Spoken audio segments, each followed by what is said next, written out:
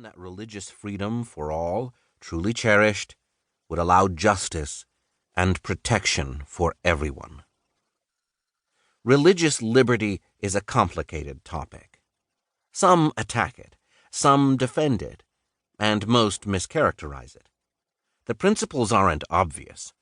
The best path is to walk alongside a few of the intrepid travelers who have put their reputations and livelihoods at risk to preserve it. Seeing what they saw, hearing what they heard, feeling what they felt, we can appreciate its relevance to our own lives.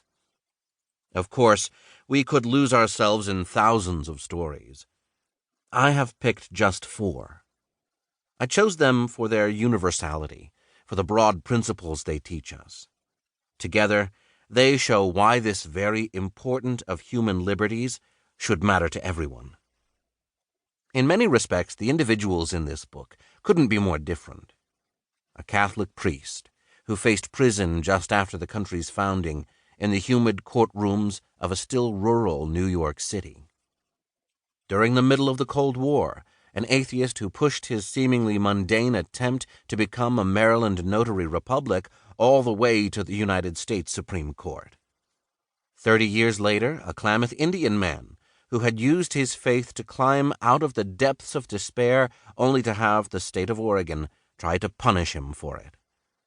And finally, a gay couple and a cake maker in the mile-high city who peered at each other from opposite sides of a chasm seemingly impossible to cross. What binds the stories together, from a dusty prison in 1813 Manhattan to a cake shop in Lakewood, Colorado, is one unbreakable thread that stretches and twines across the United States. The principle that religious liberty is a liberty for all of us, one that births other liberties, one that allowed the formation of the most religiously diverse country on earth, one that protects us regardless of our beliefs, and one we must not take for granted. That thread pierces both time and geography. Lying in her hospital bed, needles and tubes stretching from her lungs, Mary Steinmetz had only the vaguest sense of where she fit into America's experiment with religious freedom. As her case progressed, and her body destroyed itself from the inside out, she would learn. Her family would as well. And the stories in this book shed light on the principles they would come to understand, which in turn would determine whether Mary would live or die. They begin with an Alsatian Jesuit priest, shouldering the burden of a people not entirely his own.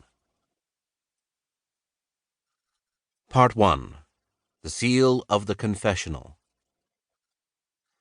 "Torrents of blood have been spilt," James Madison wrote at the time of the founding of the United States. Like all the founders, he faced an opportunity few others had ever or will ever experience: the chance to form the laws for a completely new nation. And he was describing what had occurred in the centuries before, when a lack of religious freedom had led to unimaginable human suffering. He looked back through time, and he wondered how this new nation could avoid the same tragedies here that had plagued people everywhere else. It was a legitimate concern. Human history, and especially the European history the founders knew so well, has seen some of its worst atrocities when one group of people has attempted to use the powerful hand of government to bolster its religious views over others. In the 1500s, what we now call the Reformation saw the rise of Protestantism, groups of Christians who formed to protest the then dominant Catholic Church.